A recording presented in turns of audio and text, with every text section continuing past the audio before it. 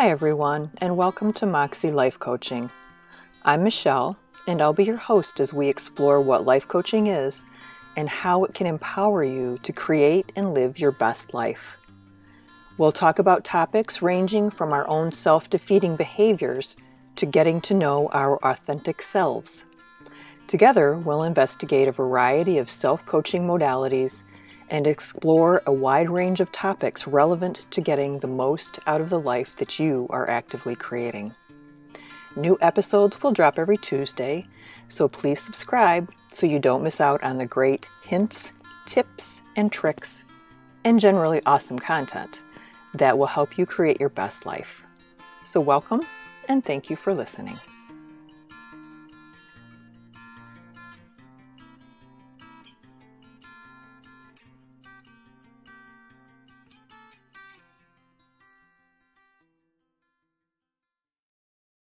I have just one announcement for this week, and that is just a reminder that the Getting to Know Yourself Better Through the Tarot and Numerology course is live on the Moxxie Coaching website.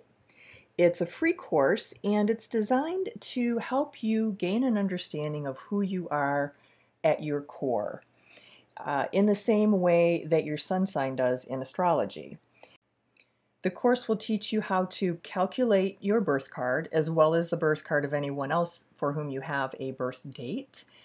And it will walk you through the innate characteristics and traits, personality styles, strengths, weaknesses, even partner options and good career matches for each individual birth card. You can take the entire course, or you can skip around and just take a look at the parts that you are interested in. The course itself is about 2 hours long, so you may just want to pop on and take a look and figure out what your birth card is and hop back off. That is completely up to you. I wanted to provide the detailed information for those who are interested, and if that is not your bag, then that is not a problem either. So if you're interested in the tarot in general, or what the tarot can do for your self-coaching practice, check out the course. It's a great way to get a feel for the more practical, maybe even less esoteric uses of the tarot and what it can do for you. So I hope to see you there. This week, we're going to be talking about the anatomy of a tarot deck, the different sections that all come together to make the cohesive whole of the deck. We're also going to be talking about your first tarot deck and making some choices depending on what your goals are for your tarot reading practice, or your goals, the purpose for which you're using the tarot. When I walk into a shop that sells tarot cards, I get so excited. There are what seems like an infinite number of styles and themes and motifs. There's something pretty much for everyone. And if the shop that I have popped into has sample decks, I can pretty much kiss the rest of my day goodbye, because I will be sitting there on the floor, sifting through them, narrowing down the list that I'll invest in someday, as well as just that one deck that I absolutely can't walk out of the shop without. So it is a wonderful, really cool, I don't even know what to call it, thing, I guess.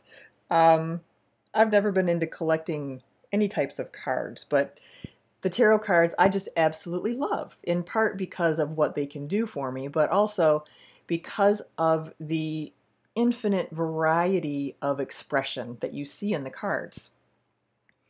There is a card, it could, oh my gosh, cards about bugs, cards about vampires, cards about African queens, cards about Celtic goddesses.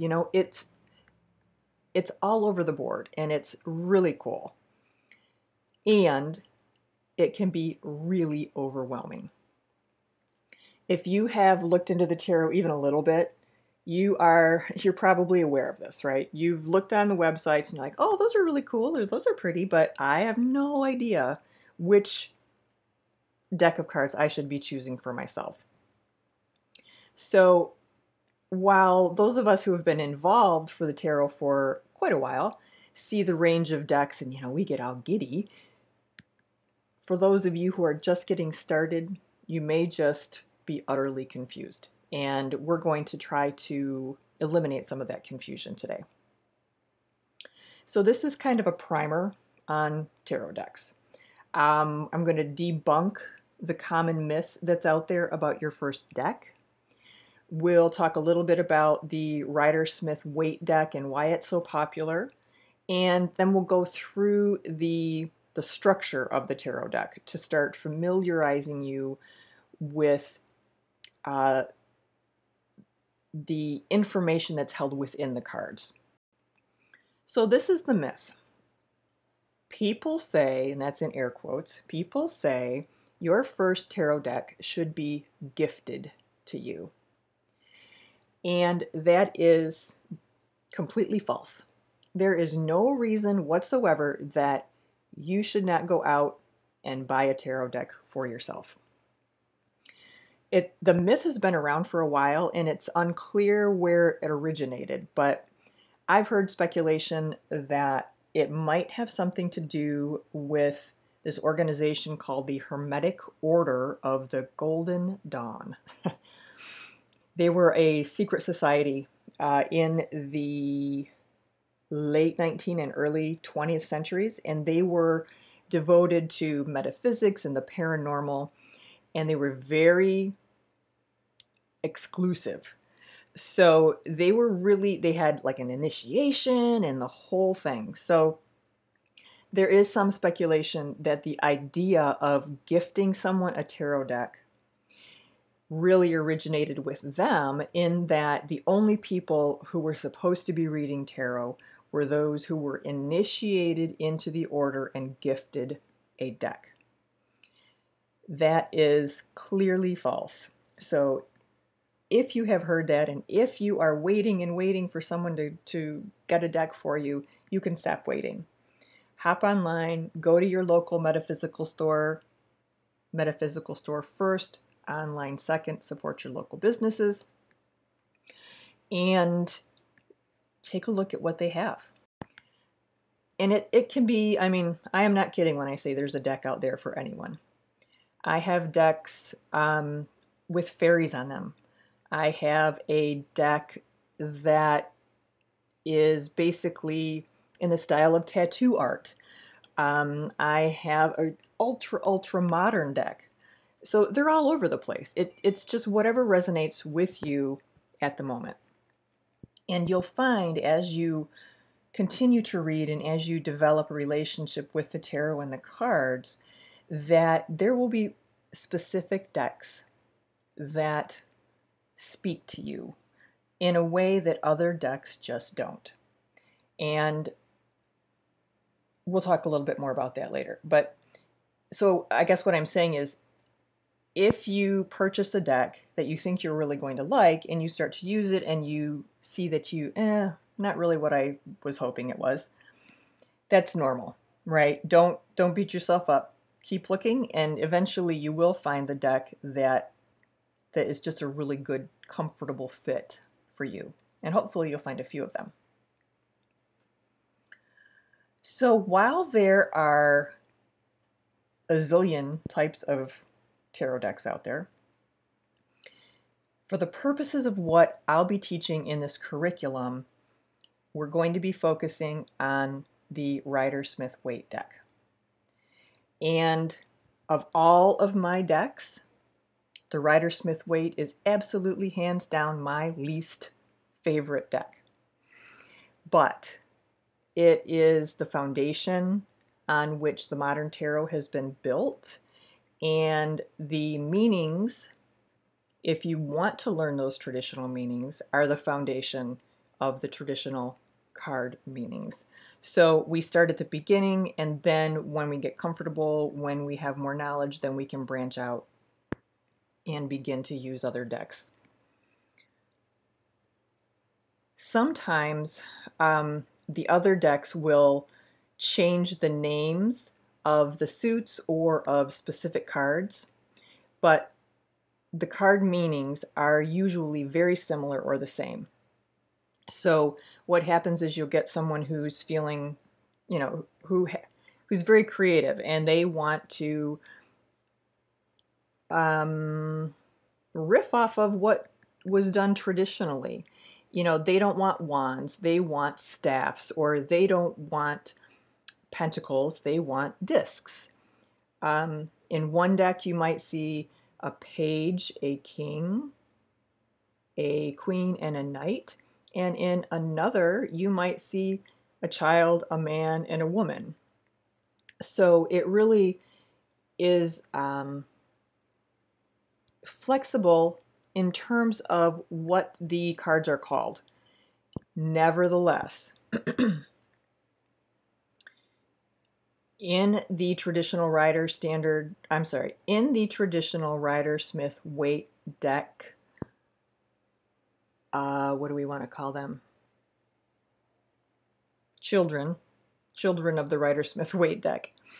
That's okay, because once you learn the core of the Rider-Smith-Waite, you're going to be able to pick up any deck and say, oh, okay, well, in this deck they're calling pentacles coins, and in this deck, they're, instead of calling the magician, they're calling it the magus. So that's why, rather than starting out with a fun deck, a creative deck, one that, where the art really jives with you, that's why we start out with the Rider-Smith-Waite, because it's the standard, because it's like the bike with the training wheels. And as soon as you learn how to interpret those cards, as soon as you learn the meanings of the different symbols and the meanings of the different suits and all of that, then you can take your training wheels off and get a little more creative. But for right now, that's the reason that we're starting with Rider-Smith-Waite. And just a note, if you're here, you probably are primarily interested in sort of the whole tarot environment. My guess is that you're probably interested in learning some of the traditional meanings and that type of thing. However, if you are not, you can use any deck that speaks to you. It even does not even have to be a tarot deck. It can be an oracle deck or a deck of soul cards or any of the other types of decks that are out there, if your primary focus is going to be on intuitive reading and in self-coaching with the tarot.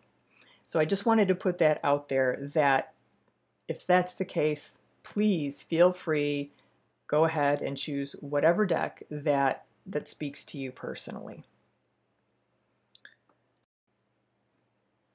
All right, let's get into the good stuff. The traditional tarot deck contains 78 cards. 22 of those cards are cards of the major arcana. Most people just call them the majors. And these cards represent the universal archetypal forces that govern our life. They're said to indicate kind of the greater natural forces that are affecting our situation. And they often depict sort of the ingrained personality traits of the seeker, or the external conditions of what is going on at the time that are out of the seeker's control. Often the majors will suggest psychological changes or mental shifts or different ways of looking at things that would benefit you in the particular situation. So the majors are the global picture, the big stuff in life, the common experiences, the tragedies, the joys, all of those big things. And they're keyed from 0 to 21. The minor arcana represent more of the day-to-day existence, more of our everyday experiences, and they're likely to suggest practical or physical changes or changes in your space or the way you're doing things. Whereas the majors approach why you're doing things and the mental gymnastics behind all of those. So the minors are broken up into 4 suits. Just like traditional playing card deck has clubs, hearts, spades, and diamonds, the traditional tarot deck has cups, wands, swords, and pentacles. And each of those suits has specific traits associated with it. So when you pull a 3 of cups, for example, that card has a different meaning than the 3 of wands or the 3 of swords. The cups traditionally represent things like creativity, compassion, intuition, relationships, emotions, feelings, all of those happy, sad, joyful, tragic things that we experience in life. And but the day-to-day stuff, so things more like, I'm feeling intuitive about this, or a card suggests maybe that you need to look at something more creatively if you get a card that contains a cup in it, or cups. So those are the factors that you want to consider when you pull a card. Now, wands are all about movement and drive, innovation, passion, enthusiasm, determination, leadership, getting stuff done and moving things forward. So, for example, the King of Wands is a strong, typically male, but not always because things are changing, right?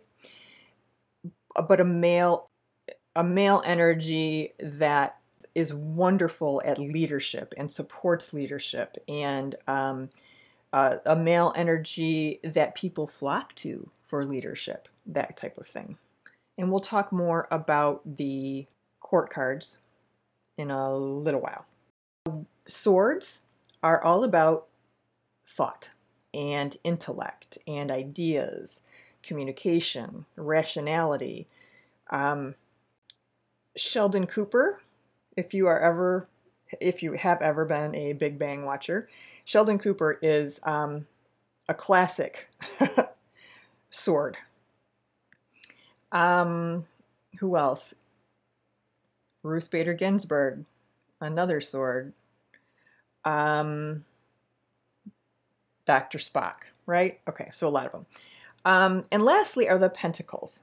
And the pentacles are about daily, earthly junk, the stuff we have to deal with, right? And it could be money, it could be resources, it could be financial stability, health, generosity, or the lack thereof, security, all of the day-to-day things that we need to address to essentially just function in society. So those are the 4 suits, and as you learn more about the tarot, you'll see that the suits are represented throughout the cards, both in the remainder of the minors, as well as they do have some associations with the majors as well. Now, the minors are divided into 2 parts. They're divided into the court cards, which I alluded to earlier, and what are called the pip cards. And each of these cards has a suit associated with it. So for example, pip cards are numbered 1 through 10. There are 4 sets of pip cards. There are 10 cups, there are 10 wands, 10 swords, and 10 pentacles. So the cards are numbered 1 through 10, and each card has a different meaning. Sometimes it's tied into the numerology of the card as well. Tarot is kind of a web of energy, different energies that sort of come together. And I don't want you to get intimidated because it is a lot of information, but I'm giving you sort of the possibilities. And when we get into the courses themselves, we're going to bring it down to a very, very beginner level. But this is a high level overview. So where did we leave off? Okay, the pip cards. So yes, we have 40 pip cards, 10 of each of the suits. And lastly, we have the court cards. And the court cards are equivalent to a standard playing deck's king, queen, knight. I don't know about pages, but king, queen, knight. And again, sometimes if you are using a different tarot deck, these are given different names. So don't be thrown if you choose a tarot deck and it doesn't have those specific characters, I guess, or cards. There are 16 court cards, 4 for each suit. And sometimes the court cards represent people in our lives. Sometimes they represent ourselves. Sometimes they represent a way of being that we need to consider, or an energy that we need to cultivate. So let's look at the King of Swords as an example. Well, he's a sword, and he's a he, and it's a very strong energy, right? Male, powerful, traditionally, keep in mind, traditionally male, powerful. Someone who is analytical and thoughtful, someone who can lead other people through their careful analysis. This is not a person who is going to be going out and investing $1 million in some half-baked business. This is someone who's going to be looking at the books, someone who's going to be weighing the options before they make any kind of decision. So that's an example. Sometimes the personality of the card is suggesting that we need to look at these traits in ourselves, or we need to, like I said earlier, cultivate those traits in ourselves, whether it be in general or in a specific situation. So let's say I'm working on a business deal and the Queen of Swords comes up. Well, the Queen of Swords, you don't want to mess with her. She is tough, but not in a nasty way, just in a tough way, like show me the facts, explain the situation, leave me the data, and I will figure it out from there. And if you are wrong, I'm going to figure that out. So I would want to maybe cultivate, right? I want to cultivate a little bit of that Queen of Swords energy in myself to make sure that I'm doing my due diligence as related to this business deal, or to make sure that I'm analyzing all of the different pieces and not getting carried away in the fun of it, that type of thing. So in summary, tarot deck is made up of 78 cards, broken into major arcana and minor arcana. Major arcana are numbered 0 through 21, and they represent the global aspects of humanity, the big stuff in life. The minor cards are made up of court cards and pip cards. There are 16 court cards, 4 in each suit: page, king, queen, knight. There are 40 pip cards broken up into 4 suits: swords, wands, cups, and pentacles, and numbered 1 through 10.